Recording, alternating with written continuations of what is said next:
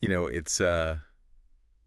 it's crazy when things happen so fast. Yeah. It's like, how do you even get a clear picture of it all? Right. That's why I think channels like Gurus on YouTube are so important. Hmm. They're literally right there on the ground, Yeah. capturing everything as it unfolds. Yeah. I mean, especially when you see it firsthand, Exactly. that footage is And powerful. they've been covering these events in Canada, Yeah. and it's honestly really concerning. Really is. Like, just hearing about the violence and disruptions Yeah. targeting the Hindu communities is one thing, Right. but when you actually see it, Yeah. it hits different, you know? Yeah, it really does. It's a whole other level. And then you've got all these questions about how the authorities are responding. Right? Or if they're responding at all, some people are saying. Exactly. Why? So in this deep dive, we're going to try to unpack all of that, Okay. try to make sense of what happened Yeah. and what it means for community relations in Canada. Sounds good. It seems like Quygurs is focusing on a few incidents in particular. Yeah, they are. So first they take us to the Hindu Sava Mand in Brampton, Ontario. Okay. And the video footage is pretty disturbing. Oh, wow. Yeah. You see what looks like attacks on Hindu devotees, Great. people using clubs and sticks. Wow. It's chaotic. And what are the police doing in all this? Well, the commentator really focuses on their response, or as he sees it, Yeah. the lack of response. Interesting. He points out how quickly the police reacted when a Khalistani flag was picked up, Oh, really? which really contrasts with how they acted when the devotees were being attacked. Mm. Now, for anyone who might not know, the Khalistani movement advocates for an independent Sikh state called Khalistan. Right. It'd be carved out of parts of India, and this has been a source of tension for decades. Oh, yeah, definitely. It adds another layer to everything. Absolutely. It makes you wonder if there are biases at play here. Right. You know, historical baggage that's influencing the situation. It makes you think. Definitely. How's that all feeding into how these events are playing out? Yeah, and the commentator even brings up the police chief's background, Oh, really? like speculating that it could be relevant to the situation. Mm-hmm. That's interesting. But how much weight can we really give to that? Exactly. I'm curious what you think. Well, it's tricky. Yeah. I mean, you don't want to jump to conclusions about someone's motivations Right. just based on their background. Right. But at the same time, it's naive to think that people's experiences and cultural perspectives don't shape how they see the world Of course. and how they make decisions. You're right. It's a tough one. The key is to look at it critically. Yeah. Don't just assign motives or make assumptions. That's fair. So moving on here, Pagurus also covers these disruptions at consular camps. Okay. They were organized by the Indian High Commission in Canada. Right.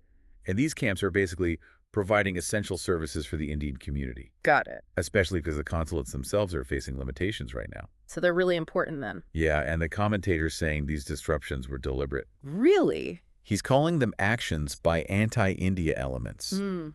He's painting this picture of people needing services Yeah. but being denied access. Wow. Lots of frustration and chaos. And is this just coming from the commentator? Well, the Indian High Commission has also put out a statement. Oh, okay. They're expressing serious concerns about the lack of security at these events. Interesting. They even claim that they requested adequate security from the Canadian authorities, but they didn't get it. So basically they're saying their requests were ignored? It seems that way. Yeah. That's pretty alarming. It is. It suggests that there's either a breakdown in communication Yeah. or maybe even a disregard for the safety of these events. Yeah, I see what you mean. And bringing in the High Commission statement adds another dimension to this. Right. We're not just talking about community tensions anymore. Exactly. This is international relations now. Yeah. The responsibilities of a host country to protect diplomatic missions. It's getting bigger. Yeah, much bigger picture now. Okay, and this is where it gets even more intense. Oh, no. Gurus has footage of an actual arson attack. What? Yeah, at a cinema hall that was showing Indian movies. Are you serious? Yeah, it's scary. You could see people setting the fire, Wow. smoke filling the theater. That's terrifying. And what the commentator emphasizes is the seriousness of the crime Right. and the lack of information about who did it and why. Yeah, you have to wonder, was it random Right. or was it targeted? We need answers. Absolutely. And not having them adds to how uneasy everything feels. For sure. It makes you wonder what's going on in Canada. Yeah. Is this a sign of rising tensions? Mm-hmm. Escalating violence? Mm. We need to look at the broader context here. Yeah, definitely. It's important to understand the history here, Yeah. Canada has a large South Asian diaspora, Mm-hmm. and it brings this whole complex mix of identities and politics and history. You're right, it's not happening in a vacuum. No. There's all this history with immigration and integration and, Yeah. sometimes tension. And when you look at how the commentators reacting, Right. there's a lot of frustration there with how the Canadian government's handled things. Yeah, he doesn't hold back at all. Really? He's calling out Trudeau, Wow. the Conservative Party, Mm. basically everyone. And what's he saying? He's saying they're not showing real leadership. It sounds like he's really upset. He is. He's using some strong language. Yeah, I bet it reveals a deep sense of anger. Yeah, Or definitely. betrayal. Like the Hindu community feels ignored. Like their concerns don't matter. Exactly. And then what? And then he goes on to tell Hindus in Canada to organize, Oh, wow. to become a stronger political force. He's basically saying if you want to be heard, You got to make him hear you. that's a really interesting point. It is, isn't it? It speaks to the whole idea of representation. Mm-hmm. You know how important it is for communities to feel like they have a voice? If they feel ignored or marginalized, They're going to want to mobilize. It's It's not surprising. it makes you think about power dynamics, doesn't it? Yeah, who has the power? Whose concerns are prioritized? And how do the communities that feel overlooked? Make sure their interests are represented. It's a huge question in a democracy. And especially in Canada. Right. A country that prides itself on multiculturalism and inclusion. Now, we should acknowledge that we're mainly getting this information through Pagurus Of course. and their commentary. Right, they're passionate about these issues. They are. But they're also coming at it from a certain perspective. Exactly. So what are we missing here? What other perspectives are there? We've heard from the commentator. Yeah. We've heard from the Indian High Commission. But what about the Canadian government? Right? What about law enforcement? What are they saying about all of this? Yeah. What are the official statements? Have there been any arrests? What about those allegations of inaction and bias? How is law enforcement responding to that? And what about other community leaders? Yeah, other organizations. It's important to understand how different groups in the South Asian diaspora are reacting. We need to hear their perspectives. You can't oversimplify things. No, reducing it to us versus them isn't accurate. The reality is much more nuanced. There are so many different viewpoints within the community. And we need to hear them all. We do. This whole situation shows the power and the pitfalls of social media. And citizen journalism, right? Totally. I mean, Peruse has been able to bring these events to light because of their YouTube channel. Have they had the footage? They've got the commentary. And it might not have gotten this much attention otherwise. It's true. They've given a platform to a perspective that might have been overlooked, And that's so valuable. especially when we're talking about power and representation. But on the other hand, Social media can be a breeding ground for misinformation, Yeah. echo chambers, Mhm. inflammatory rhetoric. not everything online is accurate or unbiased. We need to be careful. We need to be critical. Always verifying sources. Looking for multiple perspectives. Absolutely. So how do we even navigate this complex information landscape? It comes down to media literacy, critical thinking, Right. a willingness to challenge what we think we know. We need to ask ourselves the right questions. But who's telling the story? What are their motivations? What are they leaving out? What other perspectives are there? So many questions to think about. This deep dive has really opened my eyes to how complex this is. That's a lot. It's a reminder that even in a country like Canada, Yeah, known for diversity and tolerance. tensions can still erupt. In scary ways. It's a stark illustration of the challenges societies face, Trying to balance individual rights and freedoms with the need to protect communities. from harm.